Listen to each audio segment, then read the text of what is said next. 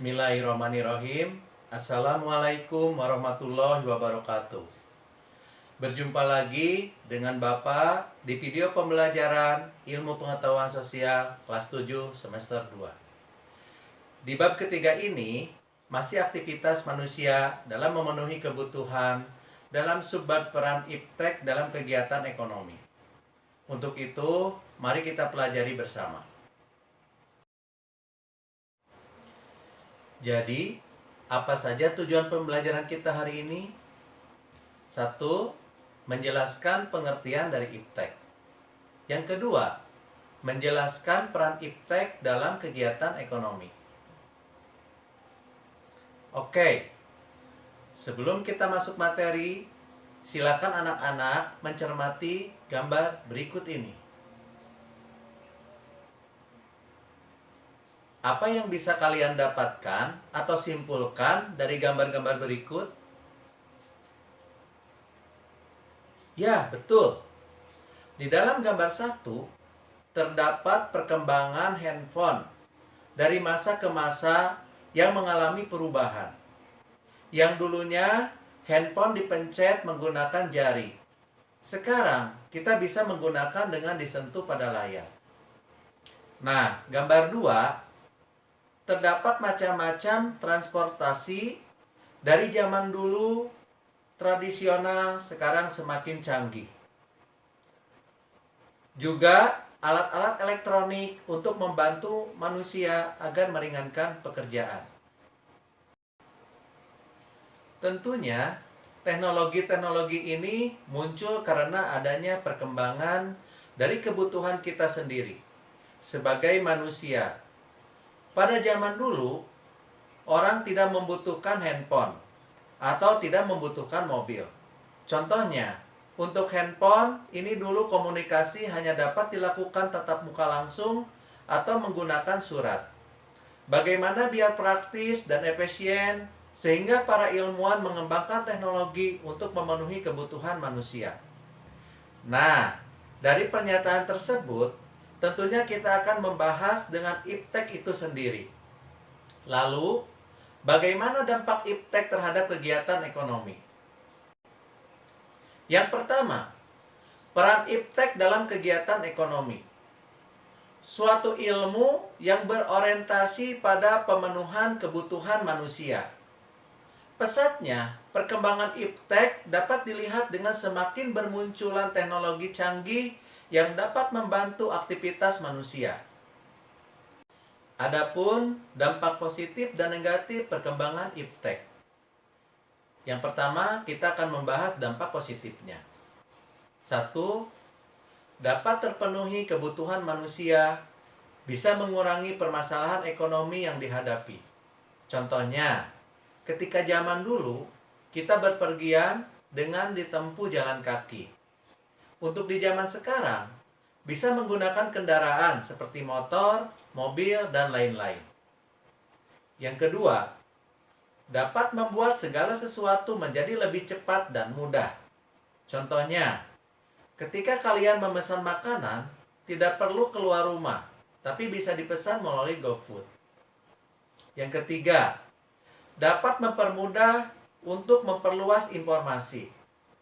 Di zaman sekarang, kalian bisa mengupdate informasi melalui media sosial dan mencari informasi terkini seperti yang sekarang lagi hangat-hangatnya tentang COVID-19 dan berbisnis melalui online. Yang keempat, menambah wawasan pengetahuan. Kalian sekarang bisa belajar dengan cara online seperti saat ini. Selanjutnya, dampak negatif. 1. Mempengaruhi pola pikir masyarakat yang negatif. Jika informasi yang diperoleh melalui internet berisi tentang segala hal bersifat negatif. Nah, di sini tugas kita harus bisa menyaring berbagai informasi.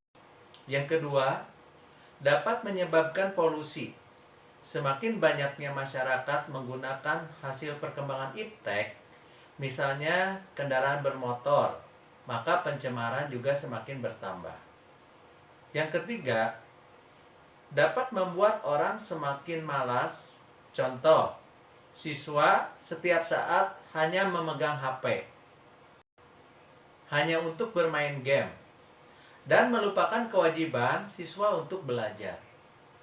Yang keempat, dapat menimbulkan kerusakan, misal kerusakan lingkungan alam. Sebagai akibat, semakin banyak limbah industri yang dibuang oleh perusahaan industri. Bahkan, mungkin bisa jadi suatu saat lahan tersebut dijadikan tempat untuk berdirinya mall.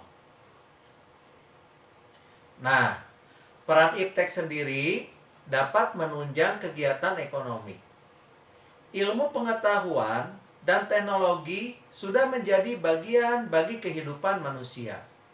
Sebagai contoh, saat kalian membutuhkan makanan dengan bantuan HP yang bisa langsung diantar ke rumah kita, perkembangan iptek memiliki dampak positif dalam kegiatan ekonomi. Baiklah anak-anak, masih ingat apa saja kegiatan ekonomi? Ya, betul. Di sini ada produksi, distribusi, dan konsumsi.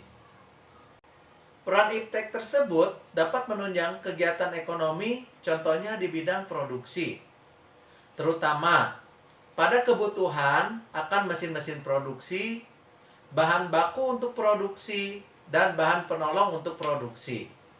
Dampaknya akan mengurangi tenaga manusia. Yang kedua, kegiatan distribusi dapat memberikan kemudahan barang, dapat memperlancar distribusi barang, dan mempercepat barang sampai ke tangan konsumen. Contohnya, pengiriman barang bisa melalui berbagai jalur distribusi seperti darat, laut, dan udara dengan menggunakan alat transportasi. Yang ketiga, kegiatan konsumsi dapat memberikan kemudahan konsumen dalam memenuhi kebutuhan konsumen dengan cepat dan mudah memperoleh barang yang dibutuhkan. Contohnya, kalian bisa berbelanja online. Nah, hari ini kita sudah belajar tentang peran iptek dalam kegiatan ekonomi. Tentunya kalian tadi sudah menyimak videonya dan kalian sudah bisa menyimpulkannya. Jadi, ada dampak positif, ada dampak negatif, dan kegiatan itu tidak terlepas dari kegiatan produksi, distribusi, dan konsumsi. Terima kasih atas perhatiannya. Wassalamualaikum warahmatullahi wabarakatuh.